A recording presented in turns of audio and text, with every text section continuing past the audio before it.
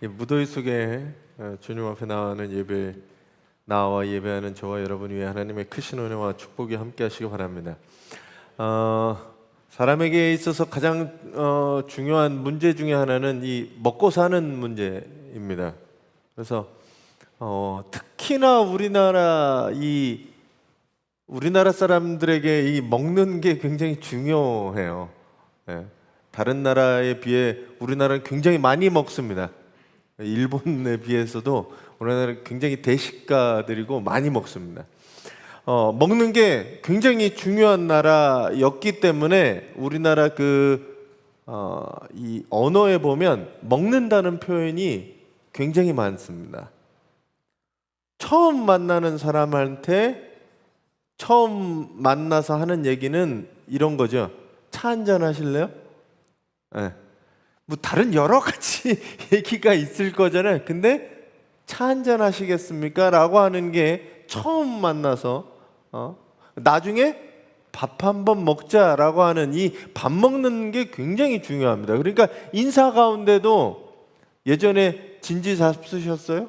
밥 먹었냐라고 하는 이 인사가 잘 지냈냐, 안녕이라고 하는 거하고 같이 쓰이는 게 바로 이 밥 먹었느냐는 이 질문입니다. 그래서 우리나라는 먹는 게 굉장히 중요한 민족이에요. 그래서 보면 결혼식과 장례식의 가장 중요한 하이라이트는 밥을 먹여보내는 겁니다. 잘 먹여보내야 돼요. 잔치 음식이 엉망이면 그 잔치는 망한 잔치가 됩니다. 그래서 전 세계 이 결혼식은 피로연도 하고 이렇게 먹는 문화가 있는데 장례식에 가서 뭘 먹는 것 문화가 그렇게 흔하지는 않습니다. 근데 우리나라는 꼭 뭐 먹어야 돼요? 육개장 먹어야 돼요. 육개장. 이거 먹어야 되는 거예요. 그리고 이 먹는다는 표현을 또 우리가 다른 표현에도 먹는다는 표현을 씁니다. 새해에 떡국도 먹고 뭐도 먹어요? 먹기 싫지만 나이도 먹습니다. 나이를 우리는 뭐라고 표현하냐면 먹는다라고 표현해요. 안 먹고 싶은데 먹는 거죠, 나이. 축구 요즘 올림픽을 하게 되는데 40년 만에 올림픽 축구가 대한민국 축구를 올림픽에서 볼 수가 없지만 우리가 골을 실점한 상황을 우리는 골을 먹었다라고 표현합니다. 골도 먹어요, 우리나라는. 다 먹어야 돼요. 골을 먹었다라고 표현합니다. 그리고 먹기 싫은데 안 먹어야 되는데 먹는 거, 뇌물이라고 얘기하는 것도 우리는 뭐라고 표현하냐면 뇌물을 먹었다라고 표현합니다. 먹는 것과 안 먹는 것이 중요합니다. 왜냐하면 우리나라에는 이 먹는 게 내 몸에 들어와서 결국 나를 이루기 때문에 먹는 게 곧 내가 되는 겁니다. 그래서 잘 먹어야 돼요. 요즘 그래서 유기농도 먹고 좋은 것들을 먹는 이유가 먹는 게 곧 나를 이루기 때문입니다. 근데 먹는 것뿐만 아니라 우리는 보는 것도 듣는 것도 좋은 것으로 해야 그게 곧 내가 됩니다. 내가. 그래서 좋은 이야기들, 좋은 사람들 만나서 즐거운 상황들을 자꾸 우리는 먹어야 돼요. 그래야 그게 내가 됩니다. 그래서 성경에도 예수님은 우리에게 무엇을 가르쳐 주셨냐면 예수님의 살과 피를 먹는 것으로 가르쳐 주셨습니다. 왜냐하면 사람에게 있어서 이 먹는 문제가 중요하기 때문에 내 살과 피를 먹어라라고 이야기하시면서 성찬을 가르쳐 주셨습니다. 성경의 처음부터 끝까지의 이 시작과 끝을 보면 중요한 이야기가 그래서 이 먹는 것에 관한 문제입니다. 처음 성경 사람이 등장한 첫 얘기가 뭔지 아세요? 에덴 동산에 하나님이 세상을 만드시고 에덴 동산에 아담과 하와를 만드시고 아담과 하와의 첫 번째 스토리는 선악과를 먹는 얘기입니다. 성경의 시작은 먹어야 되는 것과 안 먹어야 되는 것이 있는데 먹지 말라고 한 것을 먹었을 때 어떤 일들이 벌어지는지, 먹는 것이라고 먹을 수 있다고 해서 아무거나 주워 먹으면 죽는다라는 것을 보여주는 게 성경의 인간의 첫 번째 이야기입니다. 아무거나 먹으면 안 돼요. 준다고, 좋다고, 비싸 보인다고 아무거나 먹으면 죽음으로 이끌게 된다라는 게 교만과 이 탐욕의 문제가 인간의 가장 처음의 문제입니다. 그래서 성경은 사람은 먹지 않으면 살 수 없지만 먹어야 되는 것과 먹지 않아야 되는 것을 가려야 한다. 그리고 그 먹는 것이 어디로부터 왔는지 돌아봐야 한다라는 이야기가 가장 먼저 우리에게 등장합니다. 하나님이 사람 보고 먹지 말라고 하신 게 아니에요. 사람에게 필요한 것들을 먹어라라고 말씀하셨습니다. 사람은 스스로 에너지를 만들 수 있는 그런 생명체가 아닙니다. 사람은 외부로부터 무언가를 공급받아야 에너지를 만들어서 살 수 있는 사람이에요. 뭔가 먹어야 돼요. 야채를 먹든지 고기를 먹든지 무언가 에너지가 밖에서부터 나에게 들어와서 내가 그걸 가지고 살아가는 수밖에 없는 게 사람입니다. 그래서 우리는 무언가 우리에게 먹히는 것에 감사해야 됩니다. 먹을 수 있는 것에 감사해야 합니다. 그래서 예수님은 뭐라고 얘기하시냐 하면 주기도문에서 일용할 양식에 대해서 감사하라라고 말씀하고 기도하라고 하십니다. 하루에 필요한, 하루 내 생존에 필요한 것을 먹을 수 있는 것에 감사하라라고 얘기합니다. 더불어서 광야에서 예수님이 시험받을 때, 광야에서 예수님을 사탄이 시험할 때 가장 먼저 시험한 게 무엇이냐 하면 돌로 떡을 만들어서 먹어라라고 하는 시험이었다라는 거죠. 사탄은 인간의 가장 취약한 게 뭐냐? 배고픔. 그 배고픔 상황, 그것을 노리고 배고픈 것에 대해서 가장 사람이 걱정하고 염려하고 어려워한다라는 것을 알기 때문에 그것에 대해서 시험을 먼저 합니다. 그래서 예수님은 뭐라고 얘기하셨냐면 무엇을 먹을까?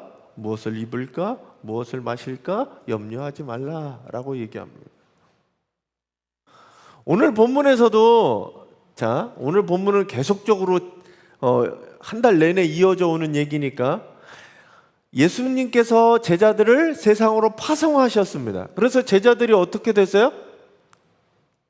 여러 가지 일들이 있었잖아요. 제자들이 병도 고치고 귀신도 내쫓고 말씀도 선포하고 사람들이 바뀌는 변화도 보고 그래서 예수님께 다시 와서 막 보고를 했습니다. 이런 일들이 있었어요. 막 보고할 때 예수님 뭐라고 얘기했냐면 쉬라고, 밥도 못 먹었으니까 밥이나 먹고 좀 쉬어라 라고 얘기하시면서 오늘 건너편으로 가신 게 오늘 가신 얘기예요. 예수님이 사람들을 피해서 가는데 사람들은 어떻게 했어요?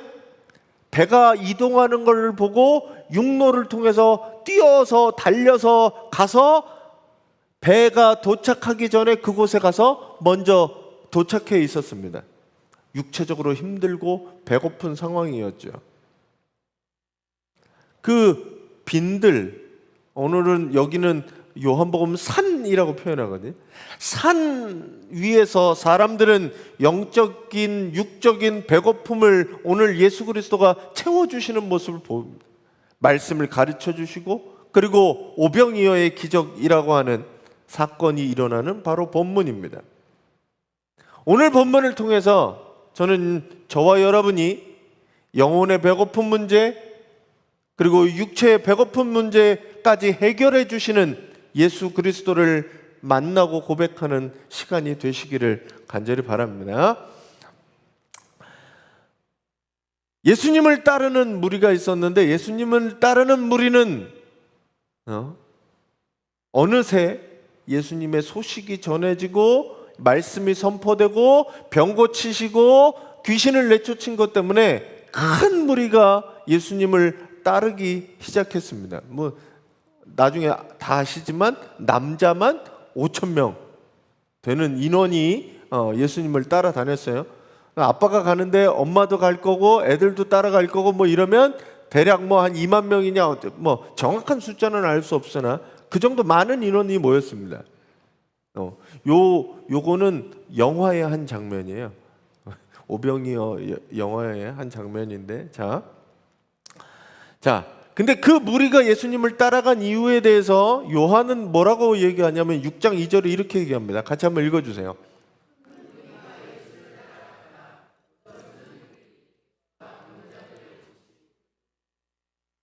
자, 큰 무리가 예수님을 따랐습니다. 예수님을 따른 이유가 뭐였냐는 거야.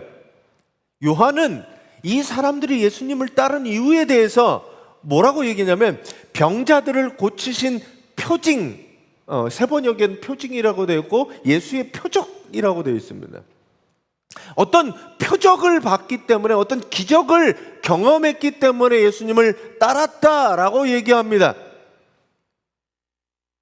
요한복음에서 표적은, 기적은 예수님의 사역 처음부터 끝까지 나오지만 사실은 표적이 중심이 아니라 요한복음에서 표적을 보여주시는 것은 예수가 그리스도이심을 나타내는 장치로서, 보조로서 쓰는 겁니다. 예수가 그리스도임을 보여주는 하나의 표식, 그게 뭐였냐? 표적과 이적과 그런 이적이었다라는 거죠. 표적은 예수님을 향한 믿음을 강화해주고 예수님이 보여주기는 하지만 그 표적이 중심은 아닙니다. 예수님이 하나님의 아들이심을 확증하는 것은 표적이 아니라 뭐냐 하면 말씀이었습니다. 살아계신 하나님의 말씀. 근데 사람들은 어디에 관심이 있었어요? 말씀에 관심이 있기보다는 표적에 관심, 표징에 관심이 있었어요. 오늘 큰 무리가 예수님을 따랐던 이유는 그분이 하나님의 아들 메시아였기 때문에 따르는 게 아니라 자기의 질병을 고쳐주기 때문에, 아니면 병자들을 고쳐줄 거라는 믿음 때문에, 그 어떤 기적과 이적, 그것 때문에 예수님을 따랐다고 이야기하고 있습니다. 단순히 내 병을 고쳐줄 만한 인물, 그렇게 생각했다라는 거죠. 메시아 구원자가 아니라 내 병 고쳐줄 사람 정도로만 생각을 했다는 거죠. 빵인데 그냥 먹을 것, 내가 눈에 보이는 먹을 것, 거기서 이 사람들은 그것을 요구할 뿐이었어요. 생명의 떡으로 사람들이 정말 살 수 있는 생명의 양식을 주시는 분한테 가서 물과 떡을 달라고 얘기하는 그런 사람들이었습니다. 그럼에도 불구하고 주님은 그들을 불쌍히 여기셨어요. 그냥 떠도는 양떼와 같다고 생각하셔서 불쌍히 여기시고 그들을 오늘 먹이시게 됩니다. 여러분들이 예수 그리스도를 따르고 믿는 이유가 뭔지 다시 한번 생각해 보시기 바랍니다. 예수 그리스도를 믿으면 축복받고 부자가 되고 성공하고 권력의 자리에 앉고 병에 안 걸리고 장수하기를 위해서 예수를 믿는다면 오늘 이 큰 무리가 예수를 따랐던 것과 우리는 다르지 않습니다. 내가 무엇을 내 것을 이루고자 예수님을 따랐다고 하면 우리는 떡을 요구하는, 아니면 병고침을 요구하는 이 사람들과 다르지 않다라는 거죠. 우리는 그래서 예수를 믿는 게 아닙니다. 예수를 믿는 이유는 우리를 사망에서 생명으로, 영생으로 이끄시기에 예수님을 믿는 겁니다. 전 여러분들이 무리가 아니라 제자가 되기를 소망합니다. 그래서 내가 왜 교회에 나오는지, 내가 왜 예수를 믿어야 하는지 다시 한번 생각해 보시기 바랍니다. 만약 이 가운데 내 필요에 의해서 내가 무엇을 이루고자 예수님을 사용하는 사람들이 있거나 그에게 부탁하는 사람들이 있다면 믿음의 눈으로 예수님을 다시 한번 바라보는 우리 성도님들이 되시기를 간절히 바랍니다. 그래서 예수님이 오늘 등장하는 인물이 빌립과 안드레라고 하는 사람이었습니다.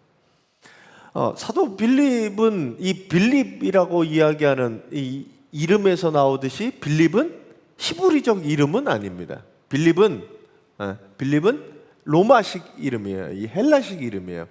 그러니까 얘가 이 빌립이라는 사람이 로마 2세, 1.5세 뭐 이렇게 할 수도 있고, 이름이 아예 빌립이었으니까 굉장히 젊은 사람이었습니다. 예수님께서 뭐라고 얘기하냐면 이 오병이어의 시작에 오늘 말씀에 보면, 요한복음의 말씀에 보면 예수께서 제자들을 시험하시면서 시작합니다. 자, 지금 상황이 어떤 상황이냐면 제자들이 전도 선교하러 나갔다가 나름대로 병 고치는 역사도 있었고 귀신을 내쫓는 역사도 있었고 여러 가지 역사를 보고 일으키고 와서 모였어요. 그래서 잠깐 쉬고 오늘 이 상황이었습니다. 제자들은 지금까지 보지 못한 하나님의 능력을 경험하고 와서 어떻게 보면 하나님의 능력으로 충만하다라고 생각하는 그 시점에 예수님이 묻습니다. 오늘 그 가운데 빌립에게 물어보죠. 우리가 어디에서 빵을 사다가 이 많은 사람을 먹이겠느냐라고 얘기합니다. 빌립한테 물어보는 거예요. 사람이 이렇게 많은데 이 사람들에게 어떻게 빵 사다가 먹을 수가 있겠느냐. 이 빌립이 잘 아는 동네였나 봐요. 그 동네가. 물어본 겁니다. 그래서 빌립이 대답을 하죠. 여러분 다 아시겠지만 우리 세번역에는 이렇게 되어 있습니다. 같이 한번 읽어주세요.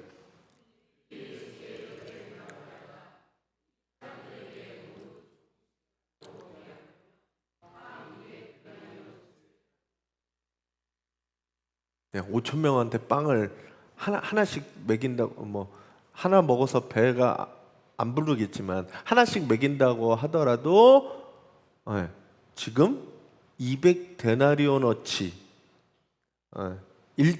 일당이 한 데나리온이었으니까 200일치의 일당을 사다가 빵을 사서 나눠줘도 사람들이 풍족하게 먹는 것도 아니고 조금씩 먹어도 200데나리온 가지고도 충분하지 못하다는 얘기는 우리에게는 지금 200데나리온도 없고 빵도 없고 지금 그 많은 빵을 찍어낼 곳도 없고, 돈이 있어도 사실은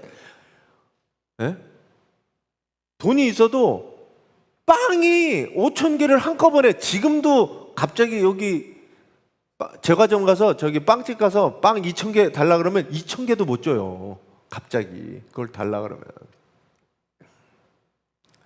그 당시에 2000년 전에 빵을 2,000개를 한꺼번에 구할 수 있는 데가 어디 있겠습니까?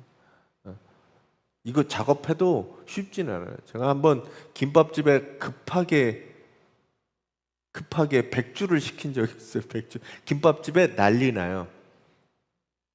안 됩니다. 이렇게 얘기합니다.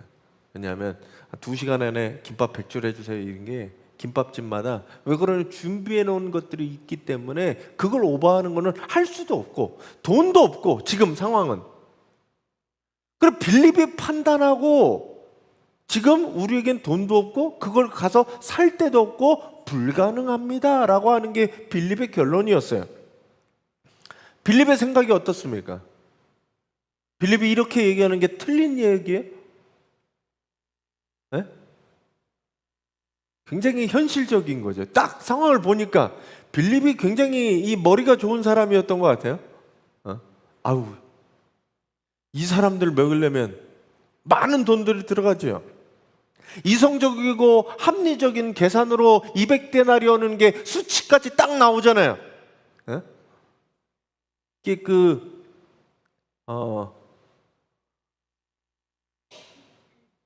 이과 계열들은 이게 굉장히 딱 계산해서 이거 일명 우리 통박이라고 얘기하는데 통박이 딱 나오잖아요. 안 된다. 근데 지금 예수님이 묻는 거는 이과적인 생각이 아니라 문과적으로 물어보는 거라는 거죠. 예수님이 이걸 왜 물어봤을까? 지금 이 타이밍에, 이 상황에 제자들이 예수님의 상황을 겪고 예수님의 능력으로 겪은 이 상황에, 지금 불가능한 이 상황에 어떻게 이것들을 구하겠느냐라고 물어보는 거예요. 어디서? 라고 하는 말, 여기 위에 보시면 어디서, 우리가 어디서 이 많은 것들을 사서 라고 얘기합니다. 누구하고 지금 같이 있어요? 빌립이. 예수님이 물어보잖아요. 우리가 라고 하면 빌립뿐만 아니라 주님이 함께하고 있는데 빌립은 상황을 보고 계산을 한 거예요. 단순히. 빌립의 말이 현실적이고 합리적인 이야기였어요. 근데 오늘 이 예수님의 질문의 의도가 시험하려고 했다라고 하면 빌립의 대답은 틀린 대답이 됩니다. 왜냐하면 지금 많은 하나님의 능력을 경험한 제자들이 그렇게 충만하게 와서 지금 없는 상황에 질문할 때 왜 이걸 나한테 묻지? 그걸 생각하고 대답을 했어야 되는데 그냥 지금까지의 상황으로 대답한 거죠. 빌립은 오늘 이 큰 무리라고 하는 예수님의 하나님 되심에 관심 있는 게 아니라 단순히 병 고치기 위해, 떡을 얻기 위해 모인 사람들의 대표로 등장하는 인물이 바로 빌립이었습니다. 빌립도 그렇게 생각한 거예요. 예수의 제자들, 그동안 예수를 많이 보고 겪고 함께 했던 이 제자들도 처음 드는 생각은 합리적이고 이성적인 생각이죠. 바로 이 큰 무리들이 예수님을 하나님으로 생각하지 못하고 모인 사람들이 하는 얘기와 똑같았습니다. 우리도 그렇지 않나 생각해 봐야 돼요. 여전히 육신의 떡을 구하기 위해 예수를 찾아온 자들이지 하늘의 양식을 얻으러 온 사람들이 아니구나라는 것들을 보여주는 게 이 빌립의 모습이고 큰 무리의 모습이었습니다. 오늘 그 옆에 있던 안드레가 대답을 하게 됩니다. 안드레가 뭐라고 같이 한번 읽어주세요.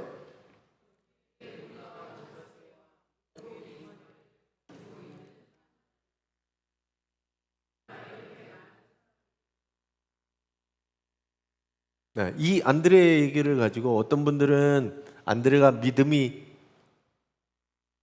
없었다라고 얘기하는, 물고기 2마리와 보리떡 5개를, 보리빵 5개하고 물고기 2마리를 가지고 있는 한 아이를 보면서 안드레가 얘기를 한 거죠. 근데 그 뒤에 요 문장을 빼면 좀 괜찮을 텐데 그 문장이 하나 더 붙어요. 근데 이렇게 많은 사람에게 그것이 무슨 소용이 있겠습니까? 한쪽은 믿음 있는 것처럼 보이고 한쪽은 믿음이 없는 것처럼 보이죠. 근데 안드레는 이렇게 얘기를 합니다. 어떻게 보면 우리의 신앙이 빌립의 모습에서 안드레의 모습으로 바뀌는 것이 신앙 아닌가 생각해 보게 됩니다.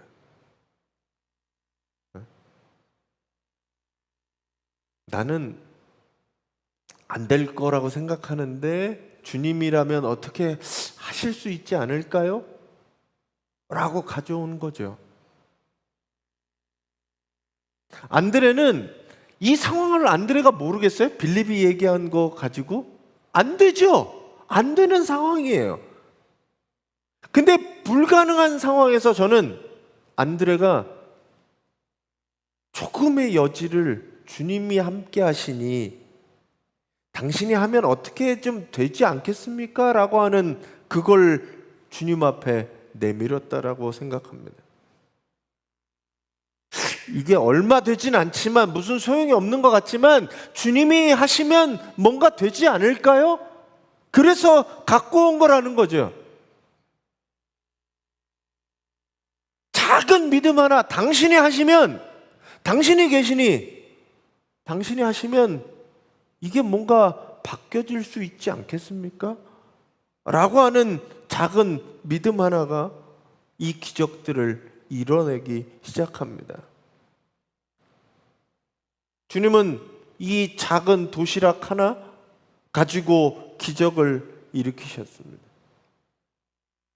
기적을 통해서 주님이 드러내시려고 한 것은 내가 기적을 행하는 사람이다 라고 하는 걸 드러내신 게 아니에요. 내가 그리스도임을 드러내셨습니다. 기적은 큰 걸로 시작되는 게 아닙니다. 작은 것 하나로 기적은 시작됩니다. 작은 믿음 하나로 기적은 시작됩니다. 옛날에 우리 꿈은 이루어진다라고 하는,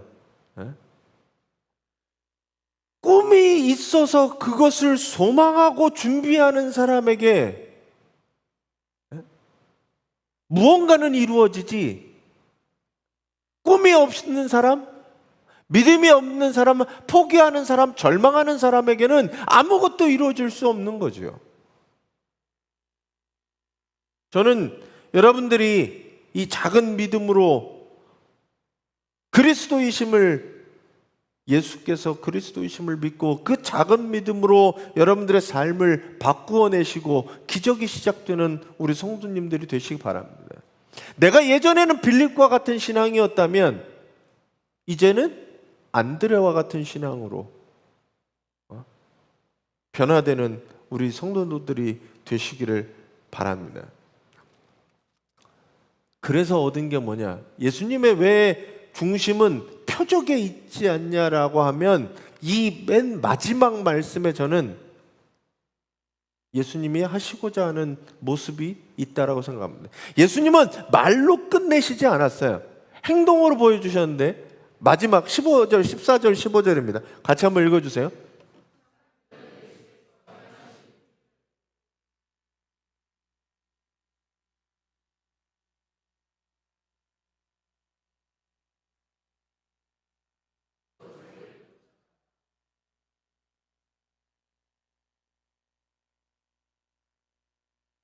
표적이 중요했다면, 예수님의 삶에서 이적이 중요했다면 사람들에게 기적을 보여주시고 그 기적을 통해 무언가 얻어야 돼요.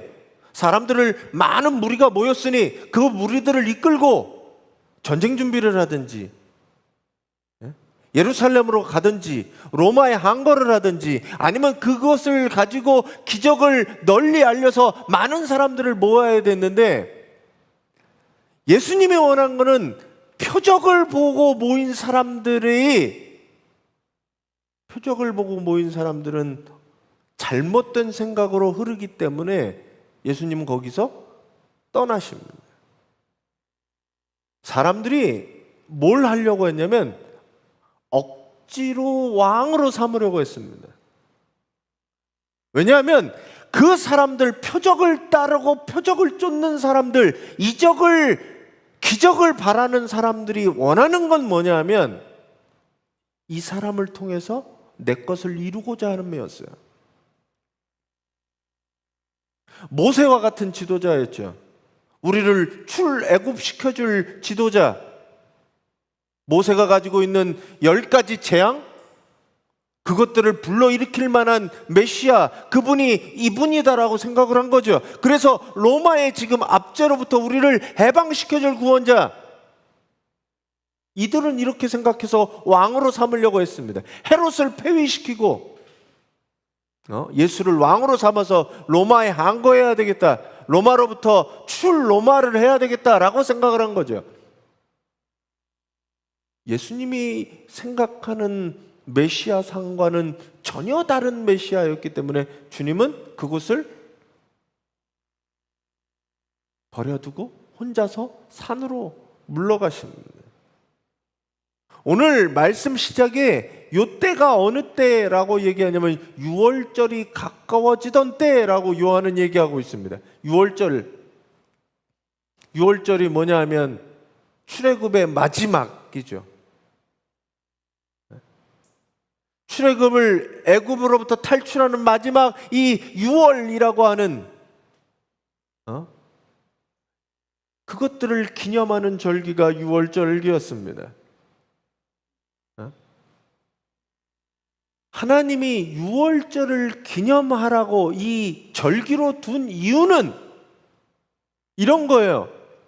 이스라엘이 출애굽해서 정치적으로 독립을 하고 하늘로부터 만나와 메추라기가 날마다 기적처럼 오는 것을 경험하고 기억하라고 하는 것이 6월절의 목적이 아니라 하나님의 이 장자를 죽여내고 우리는 살려주는 어떤 그것을, 그 초자연적인 현상을 기억하라라고 하는 게 아니라 이 모든 것들을 이끌고 하시는 분, 그분이 누구냐? 하나님을 기억하라는 겁니다. 이게 중요한 거래요. 중요한 거는 하나님을 기억하기 위해 장자도 죽였고 애굽으로부터 탈출도 시켰고 만나와 메추라기를 베푸신 모든 이유는 하나님이 내 하나님이 되고 하나님의 백성이 된다라고 하는 그 연결이었다라는 거죠. 지금도 마찬가지예요. 예수님이 왜 이거를 이야기하고 이 많은 사람들을 먹이고 입히고 했냐 하면 사람들로 하여금 기적이 아니라 주님을 바라보라고 하는 겁니다. 이 큰 무리의 사람들은 여전히 먹고 사는 것, 내가 병 고침 받고 이 땅에서 사는 것에 머물러 있어서 이 땅의 왕으로 삼으려고 했을 때 주님은 이 땅의 것이 아니다라고 선을 그시고 그것으로부터 사람들을 피해 혼자서 산으로 가시게 됩니다. 예수님이 떠나신 거죠. 우리가 생각해 봐야 될 거는 이겁니다. 내 방식대로 신앙생활하는 것, 내가 무엇인가 얻으려고 신앙생활하는 것, 그것이 나는 주님과 가까워지는 것이라고 생각하는데 오히려 그게 주님으로부터 멀어지게 하는 것이라는 거죠. 내가 중심이 되는 신앙생활, 내가 뭔가 얻으려고 하는, 내가 뭔가 주님으로부터 뭔가 받아내려고 하는 것, 그것이 우리로 하여금 주님과 멀어지게 하고 주님을 떠나게 하신다는 것을 기억해야 합니다. 결국 예수님의 능력을 이용해서 자기의 무엇인가 자기의 것을 채우려고 하는 사람들, 주님이 떠나신다는 거예요. 주님과 상관없는 삶을 살아간다고 하는 거죠. 오늘 이 큰 무리들이 많이 있었지만 주님은 큰 무리를 바라신 게 아닙니다. 그걸 당당히 떠나가요. 제자들 가운데에서 아쉬워하는 제자들이 있었을지 모르겠습니다. 이 사람들을 데리고 우리 뭔가 해야 되는 거 아니야? 근데 주님은 제자들도 두고 혼자서 가시는 거예요. 왜냐하면 그 길이 자기의 길이 아니기 때문이죠.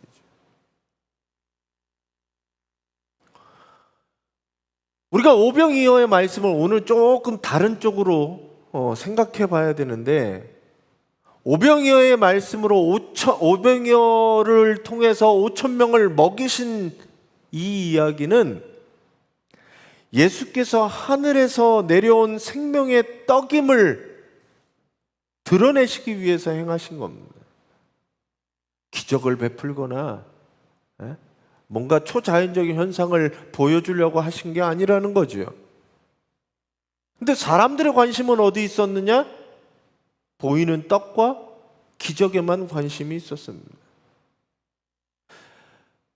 제자 빌립도 부족한 떡을 바라볼 뿐 그리스도이신 주님을 바라보지는 못했습니다.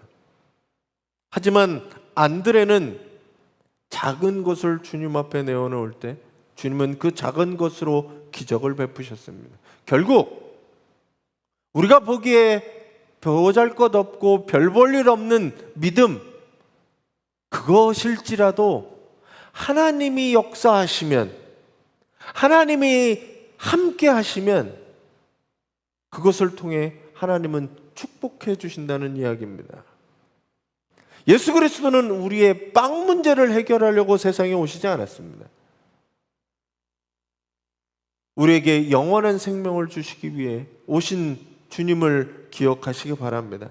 그래서 우리가 눈에 보이는 땅의 축복만을 구하는 것이 아니라 그리스도 안에 참 생명을 얻게 되는 것을 소망하고 믿음으로 달려가시는 성도들이 되시길 바랍니다.